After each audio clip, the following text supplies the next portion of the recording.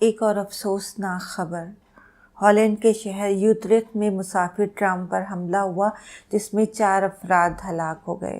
بہت سے لوگ زخمی ہوئے اور زخمی حالت میں وہ اسپتال میں زیر علاج ہیں۔ ہالینڈ کی تمام مساجد کی سیکیورٹی بڑھا دی گئی ہے۔ حملہ ایک مسلح شخص کی جانب سے کیا گیا اور اس مسلح شخص نے ایک اسپتال کے قریب فائرنگ کی۔ زخمی اسپتال میں زیر علاج ہیں۔ فائرنگ کے واقعے کے بعد پولیس پہنچی لیکن ملزم فرار ہونے میں اس وقت تک کامیاب ہو گیا تھا۔ ملزم نے ٹرام میں سوار مسافروں پر فائرنگ کی۔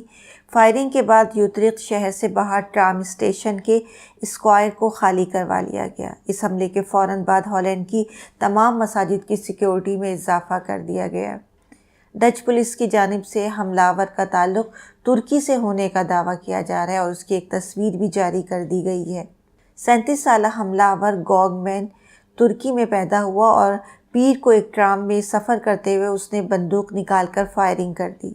ڈچ پولیس نے یہ بتایا کہ حملہ آور دہشت گرد ہو سکتا ہے اور انہوں نے اس کی تصویر جو جاری کی ہے اور یہ بھی کہا ہے کہ اگر یہ شخص نظر آئے تو اس سے دور رہیں کیونکہ اس کے پاس اسلحہ ہے اور وہ کسی بھی شخص کو نقصان پہنچا سکتا ہے۔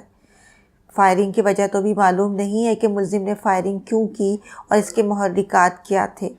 آپ کو بھی یاد ہی ہوگا کہ ابھی 15 مارچ کو ہی نیوزی لینڈ کے شہر کرائسٹ چرچ کی 2 مسجدوں میں اندھا دھند فائرنگ سے تقریباً 50 افراد شہید ہو گئے تھے اور متعدد زخمی ہوئے تھے، اور نیوزی لینڈ کی حکومت اور نیوزی لینڈ کی وزیر اعظم اور عوام کی طرف سے مسلمانوں کے ساتھ یکجہتی کے مظاہرے ہو رہے تھے کہ تیسرے دن ایک مسلمان باشندے کی طرف سے ایسی واردات کا ہونا افسوسناک ہے۔ اور یورپ اور امریکہ میں مسلمانوں کے لیے جو ہمدردی کا رویہ سامنے آ رہا تھا اور مسلمانوں پر تشدد کی جس طرح سے مخالفت مغربی ملکوں سے بھی سامنے آئی تھی، ہالینڈ میں دہشت گردی سے اسے نقصان ہوگا۔ ظلم کسی پر بھی ہو، بے گناہ کوئی بھی مارا جائے، ہمیں اس کی مذمت کرنی چاہیے۔